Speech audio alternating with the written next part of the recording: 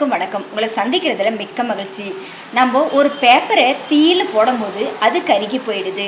அதே ஒரு மரக்கட்டையை நம்ம தீயில போடும்போது அது என்ன போகுது, கருகி போயிடுது. ஆனால் நம்ம கோல்டு தீயில போடும்போது நம்ம எவ்வளவு தூரம் அதை தீயில போடுறாங்களோ அவ்வளவு பளிச்சின்னு இருக்கும்.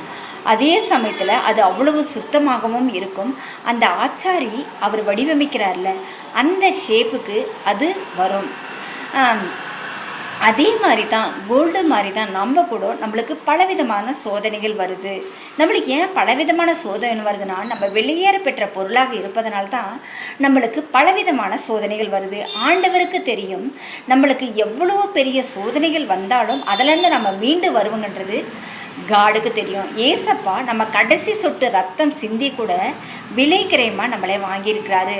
அதனால தான் நம்ம எவ்வளவு வேல்யூபிள் பர்சன்னு நமக்கு தெரியுது. பைபிள்லேருந்து நம்ம ஒரு வசனம் வாசிக்கலாம். 1 பேதுரு 1ஆம் அதிகாரம் 7ஆம் வசனம். அழிந்து போகிற பொன் அக்கினியினாலே சோதிக்கப்படும், அதை பார்க்கிலும் அதிக விலையேற பெற்றதாய் இருக்கிற உங்கள் விசுவாசம் சோதிக்கப்பட்டு இயேசு கிறிஸ்து வெளிப்படும் போது உங்களுக்கு புகழ்ச்சியும் கனமும் மகிமையும் உண்டாக காணப்படும் அப்படின்னு சொல்லிட்டு இந்த வசனம் சொல்லுது.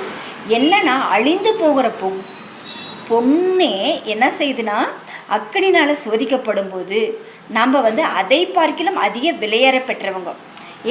ஏசப்பா நமக்காகவே ரத்தம் சிந்தினார், நம்முடைய பாவங்களுக்காகவே ரத்தம் சிந்தினார். அதனால தான் உங்களுடைய விசுவாசம் சோதிக்கப்பட்டு நம்மளுக்கு எவ்வளோ விசுவாசம் இருக்குன்னு, நம்மளுக்கு சோதனை வரும்போது தான் நம்மளுக்கு எவ்வளோ விசுவாசம் இருக்குன்னே நம்மளால் கண்டுபிடிக்க முடியுது. இயேசு கிறிஸ்து வெளிப்படும் போது உங்களுக்கு, ஏசப்பா வரும்போது நம்மளுக்கு புகழ்ச்சியும் கனமும் மகிமையும் உண்டாக காணப்படும் அப்படின்னு சொல்லிட்டு இந்த வசனம் சொல்லுது. ஆமேன். Bye friends.